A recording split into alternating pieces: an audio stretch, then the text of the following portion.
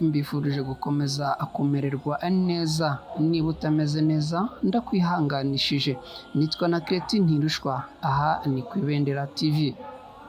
Uyu munsi ni tariki 21 Mata muri uyu mwaka w'2023. Ni umunsi w'irayidi ku bayisilamu. Reka tubanyuriremo uko byari byifashe kuri Stade Pele mu mujyi wa Kigali. Ku munsi mukuru wo gusoza igisibo gitagatifu cya Ramadani Eidil Fitri 2023, uyu munsi wabereye ku rwego rw'igihugu mu mujyi wa Kigali kuri Stade Pele, ahahoze ari kuri Stade Regional i Nyamirambo.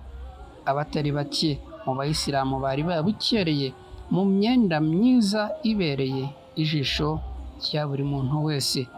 Reka tubatembereze uko mu mafoto i Kigali byari byifashe.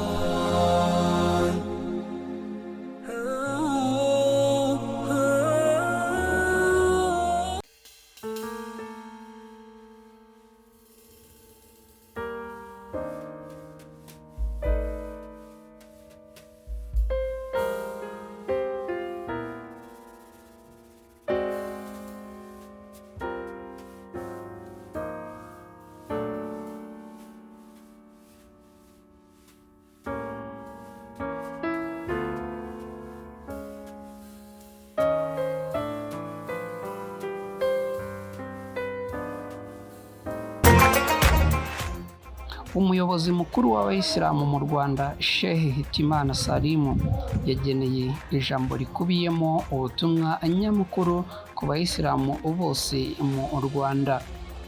Assalamu alaikum wa rahmatullahi wa barakatuh. Bayisilamu kazi, mu izina ryanjye bwite no mu izina ry'umuryango w'abayisilamu mu Rwanda, fashe uyu mwanya ngo nifuriza abayisilamu n'abanyarwanda muri rusange umunsi mukuru mwiza wa Eidil Fitri, mbasabira ku Mana ngo yakire ibikorwa byiza twakoze muri iki gisibo. Mboneyeho n'umwanya wo gushimira ubuyobozi bwiza bw'igihugu cyacu budasiba kudutera ingabo mu bitugu muri gahunda z'imyemerere yacu. Nsabira ubuyobozi bw'igihugu ku isonga nyakubahwa Perezida wa Repubulika Paul Kagame ngo Imana ikomeze imubungabunge n'abo bafatanyije kuyobora igihugu cyacu. Assalamu alaikum wa rahmatullahi wa barakatuh. Eid Mubarak.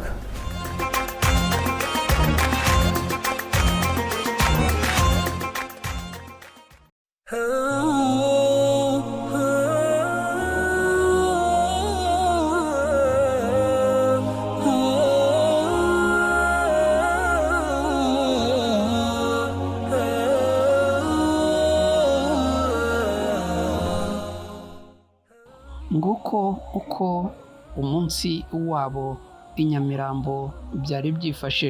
Uretse i Nyamirambo kandi no hirya no hino mu gihugu, abayisilamu bari babukereye mu kujya kwizihiza uyu munsi mukuru.